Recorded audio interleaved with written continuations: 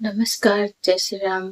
आप सबका हमारे YouTube channel family kids blog में स्वागत है। तो आज मैं आपको कुछ इम्पोर्टेंट चीजें बताऊंगी जो मेरे साथ हो चुका है। एक मिनट। हाँ, हेलो। अरे कोई बात नहीं, मैं समझ गई थी। शाबाश बेटा। हाँ हाँ, मैं समझ गई थी किसी ने तुमको भड़काया है, कोई बात नहीं। हाँ, बिल्कुल बिल्कुल। मेरे लाइफ में ऐसा हो चुका है, मैं समझ सकती हूँ। हम्म, कोई बात नहीं, कोई बात नहीं।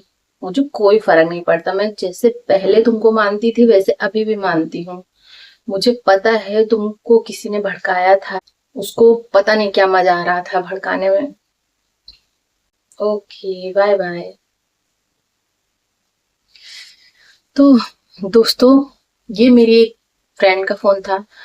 नहीं, शायद मेरे खिलाफ भड़काया था वो। शायद मुझसे किस लिए चलते हैं क्या मालूम, और हम दोनों की दोस्ती से किस लिए चलते हैं क्या मालूम। वो लोग की मेंटालिटी होती है कि एक दूसरे को जो है बीच में गलत फहमी लाके जो मतलब बिगाड़ना चाहते हैं। तो क्या आप जानते हैं, मेरा सबसे इम्पोर्टेंट टॉपिक यही है कि हमारे घर में कोई ना कोई एक मंथरा होती ही है या होता ही है। आप मंथरा बोलो या कुछ भी बोलो। तो सबकी लाइफ में होता है। मैं नहीं बोल रही हूँ कि मेरी लाइफ में होता है, सबकी लाइफ में होता है, सबके घर में होता है। और वो मंथरा जो राम के जमाने में थी वो हमारे घर में भी है, बस नाम अलग है उनके। तो आप भी कमेंट करके बताइए कि आपके घर में कौन मंथरा है जो आपकी फैमिली या रिलेशन या दोस्ती या किसी में भी वो जहर घोल रहे हैं। तो कमेंट में जरूर लिखिएगा कि कौन वो मंथरा है। तो मैं आज आप सबको एक कहानी सुनाती हूँ, शायद आप उससे इंस्पायर्ड होंगे और उन मंथरा को जवाब देने में आप सक्षम रहेंगे। एक संध्या नाम की लड़की थी जिसकी शादी हुई। वो अपने ससुराल में गई। सास ससुर पति सब बहुत अच्छे से खुशी जीवन जी रहे थे। छोटा ही घर था लेकिन खुशी जीवन जी रहे थे। हंस खुश के सास बहू आपस में बनती थी। बेटे बाप का यानी ससुर जी का बहुत अच्छे से बनता था। सब मिलजुल के हंसी खुशी रहते थे। पर कहते हैं ना किसी की लाइफ में कोई एक जहर घोलने वाला जरूर होता है। तो उनकी लाइफ में आई मंथरा चाची। मंथरा चाची नहीं, उनका नाम कुछ और था, मैं उनका नाम दे रही हूँ मंथरा चाची। वो आई, उनको ये खुशी बर्दाश्त नहीं हुई। मैं नहीं समझ पाती कि लोगों को क्या मिलता है एक दूसरे के खिलाफ जहर बोल के। ना आपको पैसा मिलता है, ना आपको मतलब कुछ भी नहीं मिलता। आप सोच सकते हैं कि मतलब कुछ भी नहीं मिलता। तो मंथरा चाची आई, जब भी वो सब फैमिली को हंस खुश के अच्छे से रहता हुआ देखी तो उनको मतलब पता नहीं क्या जलन हुई। उन्होंने धीरे धीरे अपना काम जो मंथरा वाला है वो करना चालू किया। यानी कि बेटे को बहू को अपनी सास के खिलाफ भड़काया, सास को बहू के खिलाफ भड़काया, बेटे को जो है पिता के खिलाफ भड़काया, पिता को बहू बेटों के खिलाफ भड़काया। सास से कहती थी तुम्हारी बहू तुम्हारी सुनती नहीं है, ड्रेस पहनती है, ऐसा करती है वैसा करती है। अब कितना भी आप छोटी सी चिंगारी में अगर थोड़ा थोड़ा करके घी डालो तो वो आग बन जाती है। सेम वही हाल उनके घर में हुआ। उनका घर का पूरा सुख शांति चला गया। मतलब बेटे बहू को देख के सास ससुर को चिढ़ होती थी और सास ससुर को बेटे को लगता था कि मेरे माँ बाप गलत है। अब धीरे धीरे जो है रिश्तों में बिगाड़ आती चली गई। उनका घर पहले जैसे नहीं रह गया। बहू थोड़ा दिमाग वाली थी, आप बोल सकते हैं कि मतलब कोई अच्छी लड़की थी।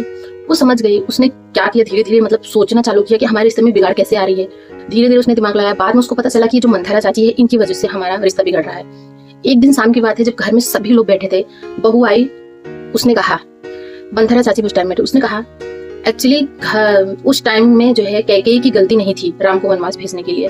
गलती थी मंथरा की सोच की, जिसकी वजह से राम वनवास गए, दशरथ जी की मृत्यु हुई और कैकेयी को आजीवन श्राप मिला कि आपका नाम कोई कभी अपने पुत्र या पुत्री की नहीं रखेगा। तब उनके सास ससुर को कुछ रियलाइज हुआ कि हाँ, हमारे लाइफ में कौन है रियल मंथरा।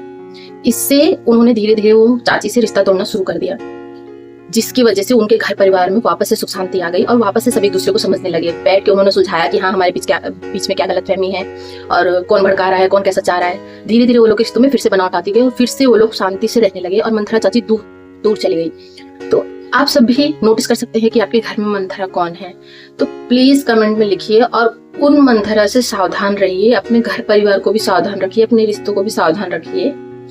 तो मेरी आपसे यही गुजारिश है कि प्लीज ऐसे लोगों से दूर रहिए और रहे भी तो बच के रहिए। उनकी बातों को जहां तक हो इग्नोर करिए। सुनिए भले लेकिन इग्नोर कीजिए। भगवान हमारे दो कान दिए हैं, एक से सुनिए एक से निकालिए। और अपने घर वालों को भी यही समझाइए। तो मेरी आपसे हाथ जोड़ के कृपा है, अपने परिवार को बचा के रखिए ऐसे मंथरा से। तो मेरा आज का यही इंटेंशन था, यही उद्देश्य था। धन्यवाद, थैंक यू। आपको मेरी वीडियो या कहानी जैसी भी लगी हो आप कमेंट में जरूर बोलना और अपने घर की मंथरा के बारे में मुझे कमेंट में जरूर बताना। Thank you, bye bye.